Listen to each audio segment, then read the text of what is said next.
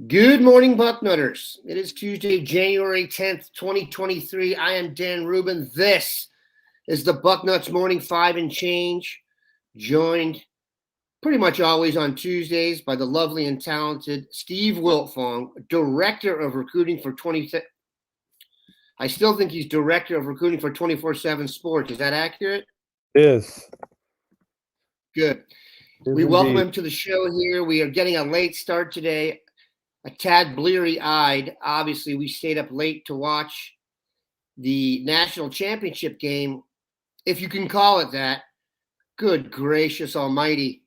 What a beatdown. I don't even know how to put that one in context. I guess it's just the worst night TCU could have, and Georgia just showed what they are capable of.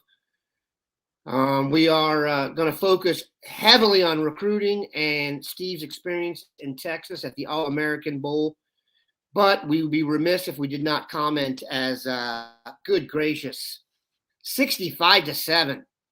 I'm sure you, like me, Steve, expected Georgia to win, but did you expect it to be such a non-competitive event? Well, they played their best defensive game of the year. You know, they at times had been vulnerable on defense against some good offenses. And so I thought TCU would score some more points. And Max Duggan completely missed on some throws that maybe would have made the first half more watchable. But I mean, there was never a doubt who was going to win that football game. Right. Anyone that predicted TCU was out of their mind. I could not believe that people were predicting TCU to win that game. I mean, Georgia is incredibly talented. When you look at the semifinal, Ohio State actually had advantages over Georgia. Ohio State's quarterback room, better, although Stetson Bennett's obviously a legend. Ohio State's receiver room, better. Ohio State's offensive line room, better, in my opinion. Now, Georgia had some significant advantages in that game as well. So when they clashed on the field, it ended up being a hell of a ball game, and Georgia ended up making one more play than Ohio State did. TCU, I don't know where they had an advantage. I mean, so maybe individually at one receiver spot. Yeah, they had the best receiver on the field that they couldn't get the ball to.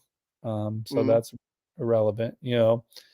I mean, I think Max Duggan's a good player that played terrible in the championship, and that happens sometimes too, you know, which that's kind of what makes Stetson Bennett special, right, is that he, on the biggest stages in the biggest games throughout his career, has been unflappable.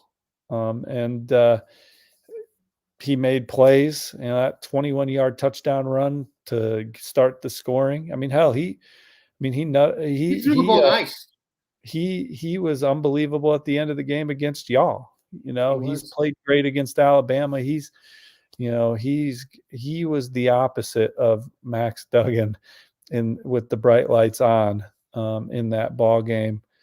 But he's played in a lot more big games too, like that. And I'll tell you what, I went from obviously like everybody else thinking he was kind of a scrub to now he's an NFL backup quarterback for sure.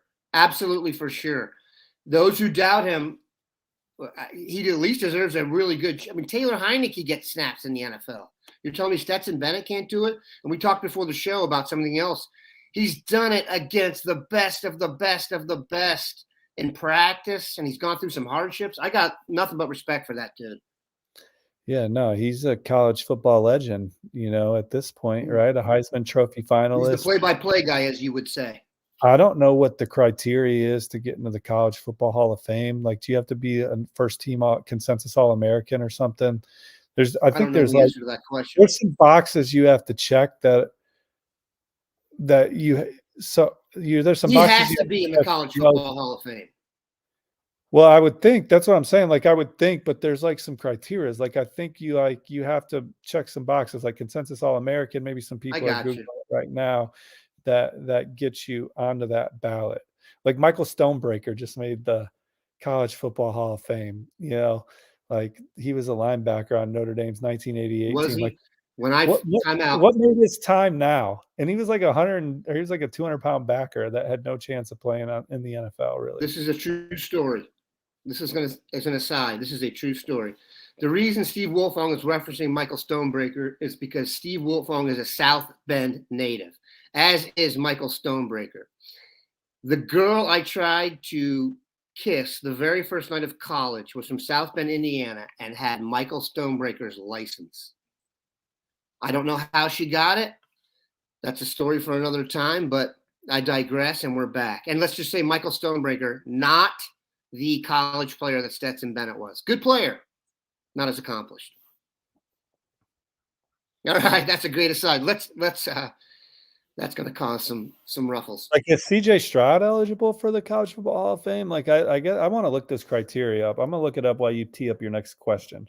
Okay, here's how we need to address this. So how does this affect Ohio State in the national kind of vernacular is not the right word, but I'm going to use it. As I said to you before the show, I do think Ohio State devotees, our nutters, the blow of what's gone on recently is lessened by the fact that Michigan lost to TCU, and then TCU put forth such a performance against Georgia that it was characterized beautifully by my high school daughter, who came downstairs, saw the score, and said, Michigan lost to this team?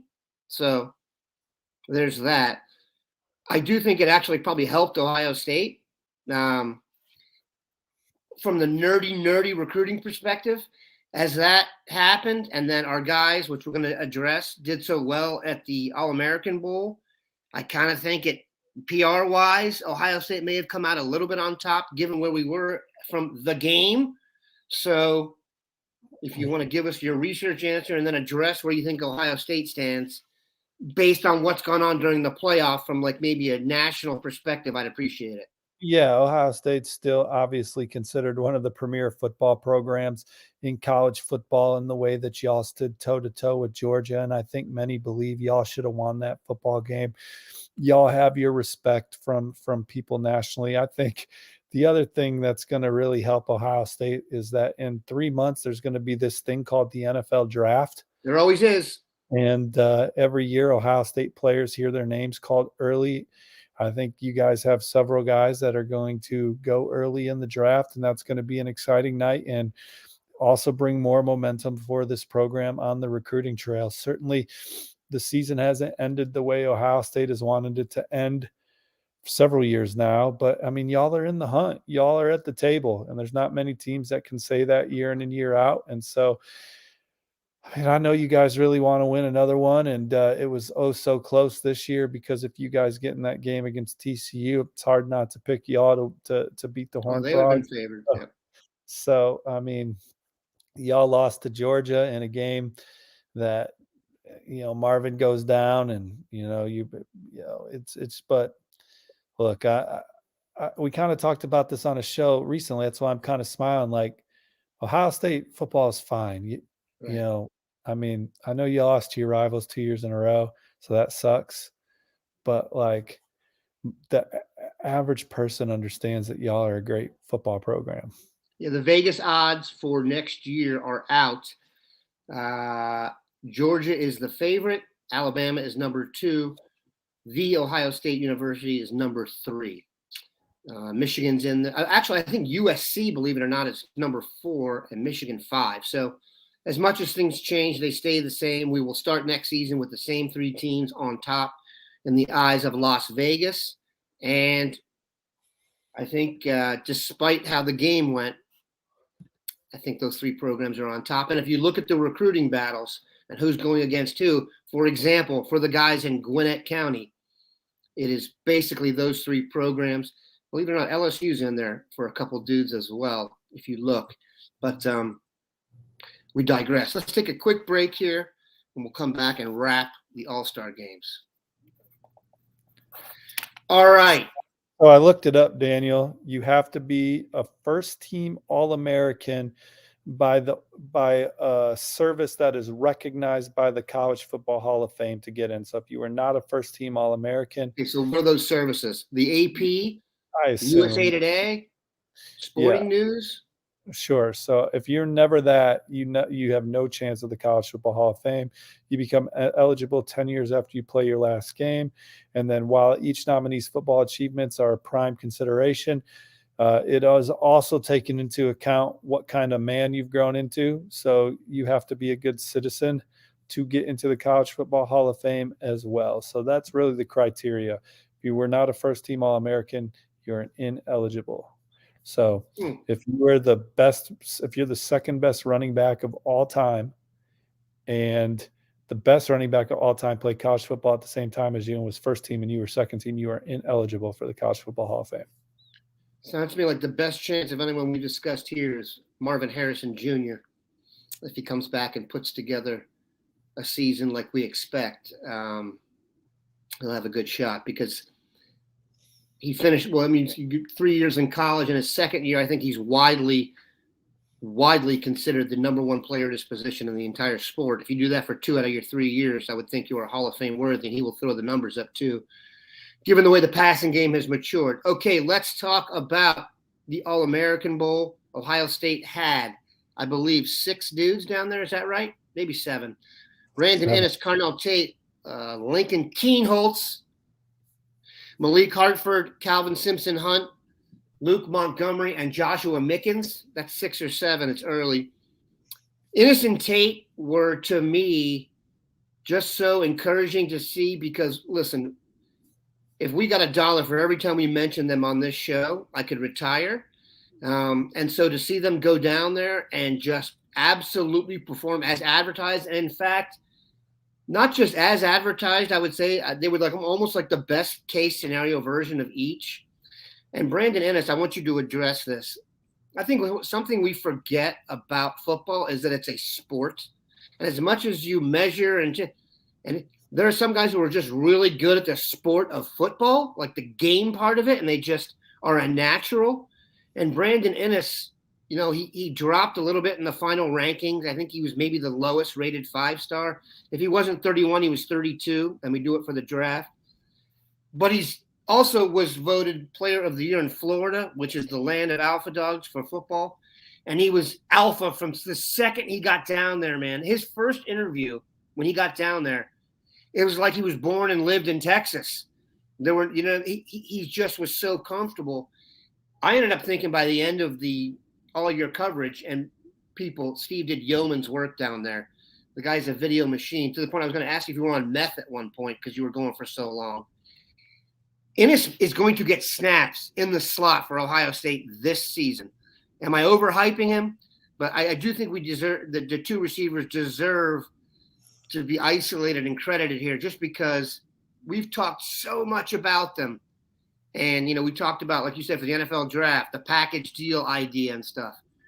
Just please brag on my 2 receivers like we got coming. Yeah, so since 8th grade, Brandon Innis has been starring amongst great football players. Saw him on the 7-on-7 circuit playing for South Florida Express as an 8th grader, and he was a playmaker. He is someone that just always rises to the occasion of the event, and whatever the level of the competition is on the field, he's one of the best players on it when it's all said and done. And I was kind of talking to my colleagues down there, and it's such a subtle thing, but you're watching them practice, and the way that Brandon Innis attacks the football when it's in the air, I'm not sure that I've seen a high school receiver attack the ball the way he does. When the ball is coming his way, I've never seen a receiver, he's running like a curl or whatever. The way he comes back to the ball, it's like he's almost meeting it at the damn quarterback. He's coming back so far. I mean, like the ball's in the air, he's going to get it, like coming back to it, snatching it, and then quickly football motion back the other way to make something happen when the ball's in his hands. He's just as you said, he's just a football player. Understands how to play. The game speed he plays at is different than everybody else. I think that's also what makes him unique. He's an incredibly confident kid. He is a solid built too. He is built like a running back. He is a good dude too. Like he's someone that people like being around. Thoughtful kid. Yeah, You he's see going him to around be. little kids, he's already like a pro. Yeah, what I mean, he honestly carries him like himself like a pro and everything. Like he's very mature, and so I think I wrote the other day he's going to be Captain Buckeye. I mean, Yep. he's going to be beloved by everybody. I just don't see if you would have put him in Ohio State's receiver room this year, I think he would have found a way to be in the rotation. That's just how that's the best way to explain how he elevates his game to whatever's happening around him. So. Um, he's a special player, and a special competitor. Carnell Tate was super smooth, creates easy separation, elite ball skills, wins the one-on-one ball. He's very dangerous after the catch. He's could be a guy that could be a factor in the return game for Ohio State, as we saw on the prep level. It just seems to be so easy for Carnell Tate. He's a glider. I mean, those guys were the best two receivers in San Antonio, and there were some really good receivers in San Antonio. Some guys that I think are going to be great players. Jaylen Brown at LSU, Cordell Russell at TCU immediately come to mind that those guys are going to be among the best in college football. But those two guys going to Ohio State were fantastic. Jaylen Brown was better than I thought he was. And then Lincoln Kienholz, he gets there. Kienholz, he gets there, he practices. It was up and down, and there were more downs than ups as he adjusts to the speed of the game, and just gets to know the guys he's around, or whatever. It's practice. He just didn't look all that great. And if they wouldn't have had a game, you would have left there saying, well, I don't know if he meets the standard of the quarterbacks that Ohio State has recruited before him, if you only just went off your practice observations. But when the game and the lights came on, the West team got smoked, but he was able to move the football, get first downs, get points on the board when he was in. And part of his deal was that his anticipation, or his pocket presence, his ability to feel pressure, his ability to escape pressure, and like, these defensive linemen at the East are running around out there, Keon Keeley, Jordan Hall, like those guys are big, fat. They can run. I mean, they are going to be dangerous in the SEC because quarterbacks are going to struggle to get away from them when they are breathing down on them. Lincoln Kienholz has like that escape mechanism to him where he can, they're breathing down his neck. He feels that he's out of there, and he's quicker than you, and he can extend the play because of that. And he did that a few times and made things happen. He was able to freestyle and make things happen in havoc. He's going to get stronger at Ohio State, which is going to elevate his traits. When's he transferring to LSU? Who? Oh, Lincoln. Kienholz. I mean, literally, we are literally describing Joe Burrow, dude. I know that's a lazy comparison, given he's a honky from Ohio State, but that is literally the scouting report on him in high school.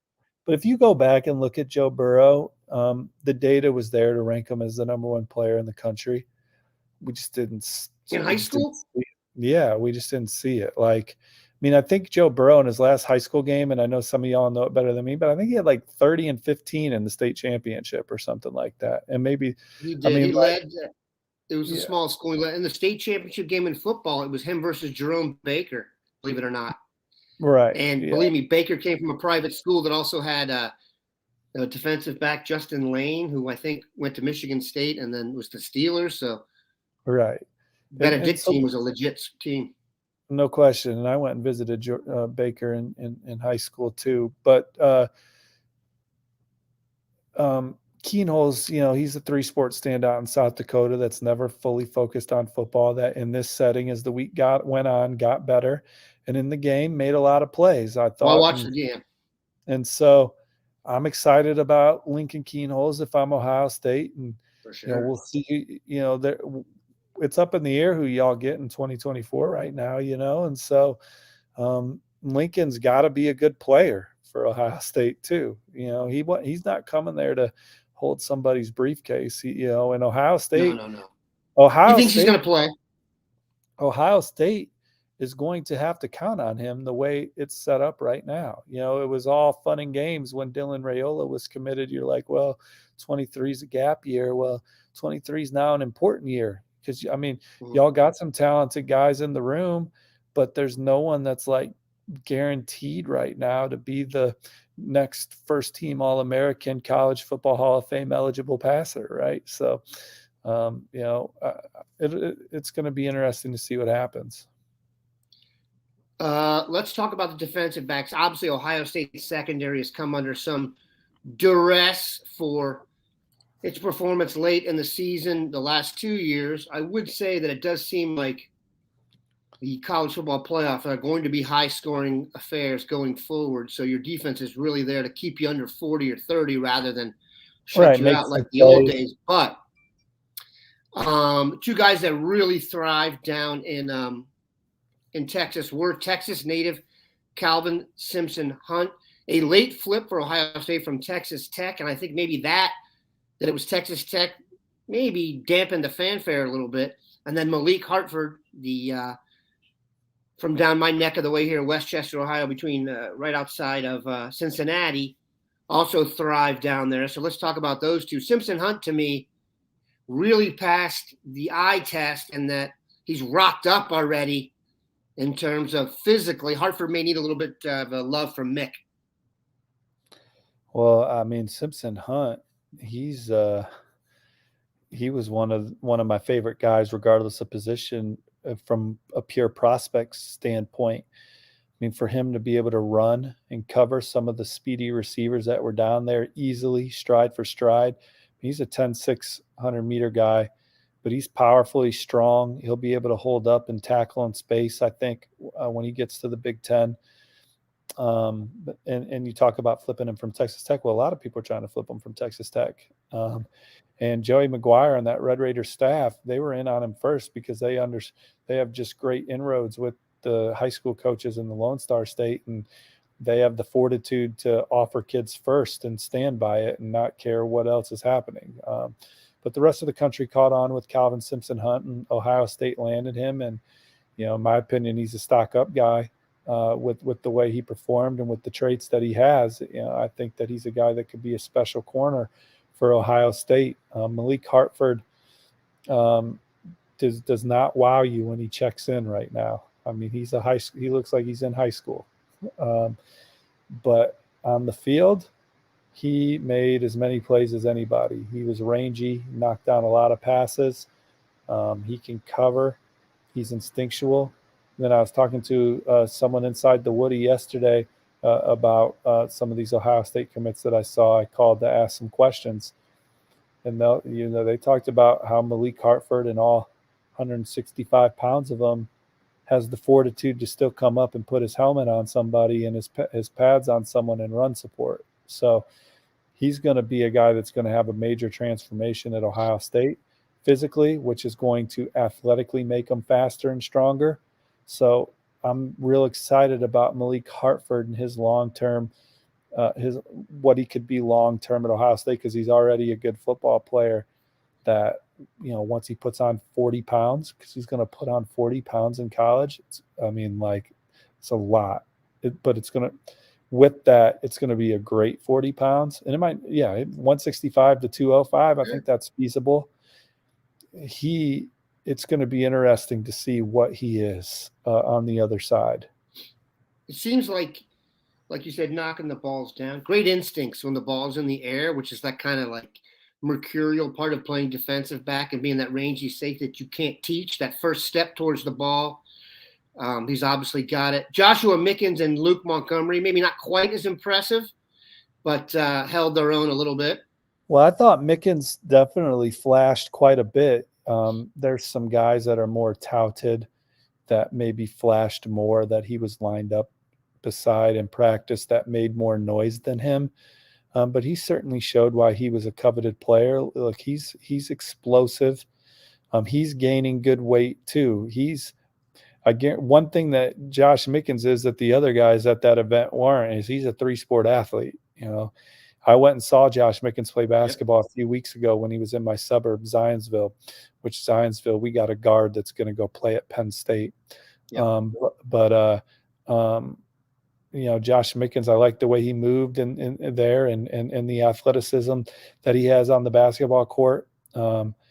He's a guy that competed hard at the All-American Bowl in football, and then he's really good at track and field. So it'll be interesting when he's focused on just football in Ohio State strength and conditioning program. There's a lot to be excited about with Josh Mickens. And I watched the Under Armour game, and there was a series where Jason Moore wrecked shop on 3 different plays. Those are two really good defensive linemen that Ohio State have coming in this 2023 class that have good traits. Then Luke Montgomery, I love the competitiveness that he played with. I think he's a good athlete. I think he can move and bend.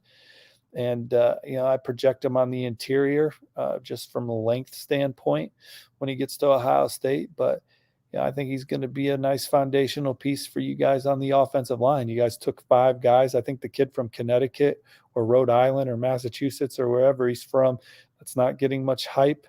He's the guy that I'm really watching. Miles? Miles. Yeah, he's got the most upside in my opinion. He's a guy that if we turn around and he's a first or second round pick down the road, I would not be surprised. A lot of traits there. But Luke Montgomery had a good week in practice and had a good senior year and will come into Ohio State and be ready to compete. The real question for Luke, like you said, is a matter of position. I think everyone viewed him as a tackle, and he measured at 6'3" at the event. I'll say this. Those events are the first time you actually get reality when it comes to height in a lot of cases, so we'll build off that. We appreciate Steve stopping by, and I think what he has passed along beautifully is that the sky is not falling. Ohio State is in as good a shape as almost anybody. If we could somehow cut and paste Gwinnett County somewhere between Youngstown and Columbus, that might help. I don't think that's going to happen, but we definitely appreciate Steve stopping by. Have a good one, Bucknutters.